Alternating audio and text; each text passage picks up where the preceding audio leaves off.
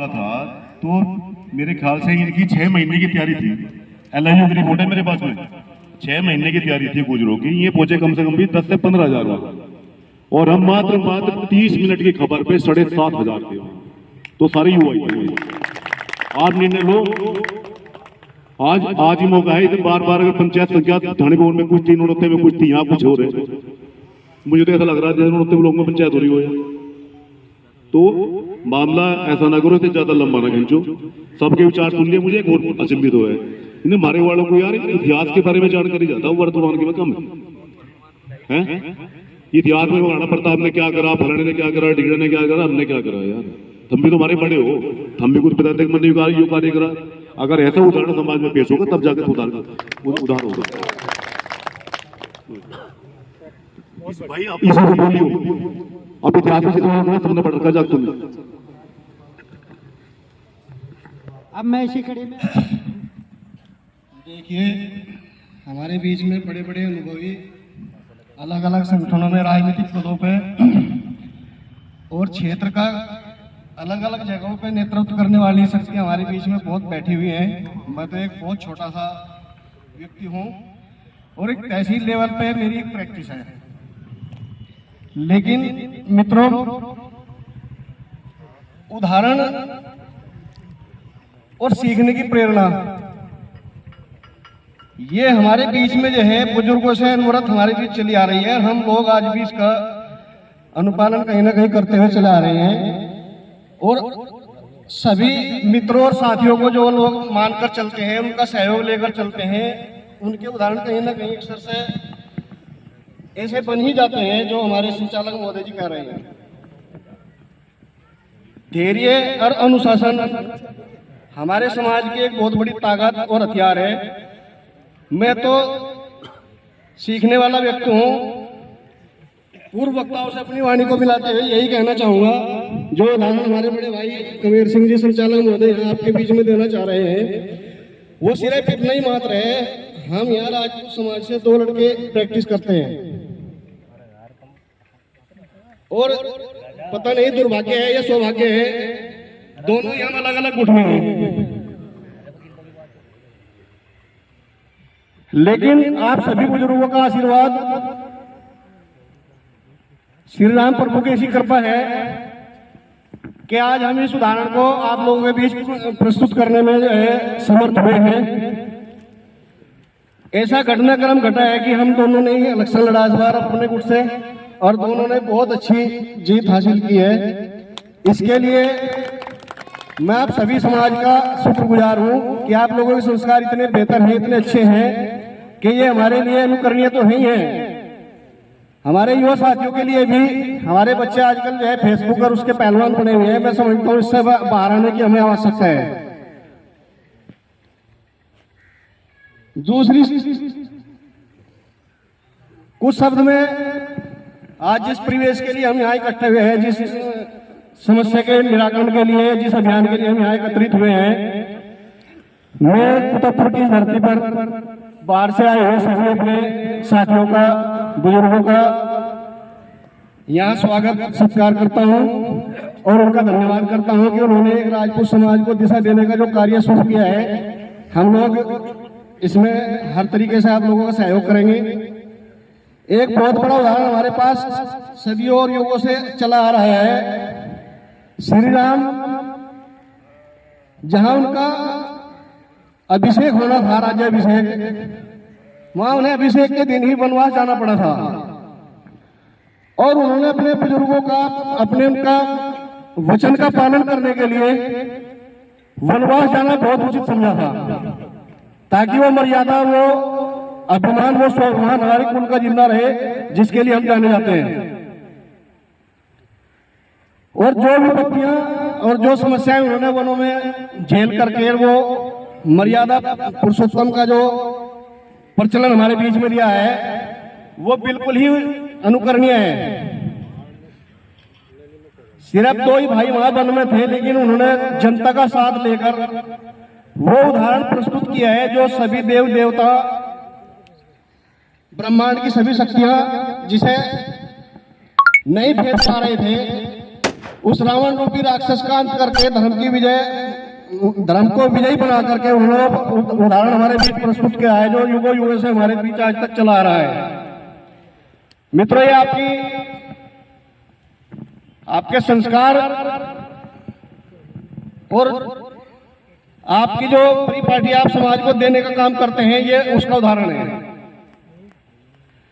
अब बात राजनीतिक परिवेश की आ जाती है। हमें लगभग 1,500-2,000 वर्षों से राजपूत समाज को मिटाने का कार्य हो रहा है, लेकिन आप मिटे नहीं और ना ही कोई ऐसी शक्ति आज तक पैदा हुई ना होगी जो आप लोगों को मिटा सके। आपका वर्चस्व कायम था, है और रहेगा, लेकिन इस विषय में अपने बुजुर्गों से मैं निवेदन करूंगा, जो हमारे रणनीतिकार है वो एक ऐसी केंद्रीय शक्ति का संचालन और निर्माण करें, युवाओं का मार्गदर्शन करें, ताकि हम अपनी शक्ति को पहचानते हुए अपनी वर्चस्व को बचा सकें। जो बच्चे पढ़ाई कर रहे हैं उन्हें पढ़ाई में आगे बढ़ाया जाए, जो लोग नौकरी कर पा रहे हैं उन्हें नौकरी में आगे बढ़ाया जाए, जो राजनीति में आगे निकलना चाहते हैं उनका राजनीति में सहयोग किया जाए। और जब जब ये हालात स्थिति पैदा हुई है, हमारे कुछ साथियों ने हमारे बीच में यही ऐसे उदाहरण पैदा किए हैं कि जो सम्माननीय हैं और सराहनीय भी हैं। अब तक ये कहा जाता रहा है कि राजपूत समाज एकत्रित नहीं हो सकता, लेकिन हमारे ठाकुर संगीत सोम ने वो उदाहरण पेश किया है कि जब हम एकत्रित होने का प्रयास करेंगे, कोई नेतृत्व हमारा करेगा तो एकत्रित हुआ जा सकता है। हमारे माननीय जगदीश राणा जी ने जिला सहारनपुर में पहली बार इलेक्शन लड़ा और वो बहुत अच्छे तरीके से मैनेज करके जीता। ये उदाहरण बताता है कि हम जिस काम को ठान लें उसे कर सकते हैं। दृढ़ निश्चय और साहस के साथ अगर आप किसी अच्छे मिशन की तरफ आगे बढ़ोगे तो ईश्वर भी आपकी उस मिशन को कामयाब करने में आपका सहयोग और आशीर्वाद अपना प्रस्तुत करेगा, देगा। अब मिशन 2024 केरला लोकसभा का जो आगाज हुआ है, मैं अपने बुजुर्गों और प्यारे साथियों से एक ही निवेदन करूंगा, हमारे केंद्रीय नेतृत्व जो भी निर्णय ले, जो रणनीति इख्तियार करे, जो रणनीति बनाकर समाज को दे, हमारा सभी समाज का दायित्व बनता है कि वो अगर सभा में आने का समय नहीं दे सकता तो अन्य दूसरे रास्ते हैं वैसे सहयोग करें। और अब कहीं शस्त्र लेकर तलवार लेकर लड़ने की आवश्यकता तो रही नहीं। प्रतिनिधित्व देना है वो आपके मतों से जाएगा, लड़ने की आवश्यकता नहीं है, न ही किसी से बुरा बनने की आवश्यकता है। आप लोग जानते हैं, अगर आप लोकसभा के हरियाणा में प्रदीप चौधरी को उनके गढ़ों में हारने के बाद आप अपने क्षेत्र में आने के बाद जिताने का काम कर सकते हैं, तो मैं समझता हूं हराने का काम भी किया जा सकता है। किरण चौधरी विधायक को अगर अपने पूरे क्षेत्र में हार के जा सकते हैं तो यह क्या कारण है कि वो ब्लॉक नरोत्तम ही जाकर जीत सकते हैं? ये ताकत भी आप लोगों के बीच में है। इमरान मसूद जगदीश राणा को हराने के बाद अगर लोग विधानसभा नकुड़ लड़ने के लिए आता है कि मैं सभी कैबिनेट मंत्रियों को हराने का एक रिकॉर्ड बनाऊंगा, तो उसे हराने का काम भी हमारे खासकर क्षेत्रीय राजपूतों ने किया, आपके बीच में प्रस्तुत किया है। तो मैं समझता हूं कि रणनीति अच्छे से बनाइए और उस पर काम करिए, वो होगा। विचार कभी नहीं मर सकता। इंसान आया है, समय के बाद चला जाएगा, लेकिन विचार हमेशा जिंदा रहेगा।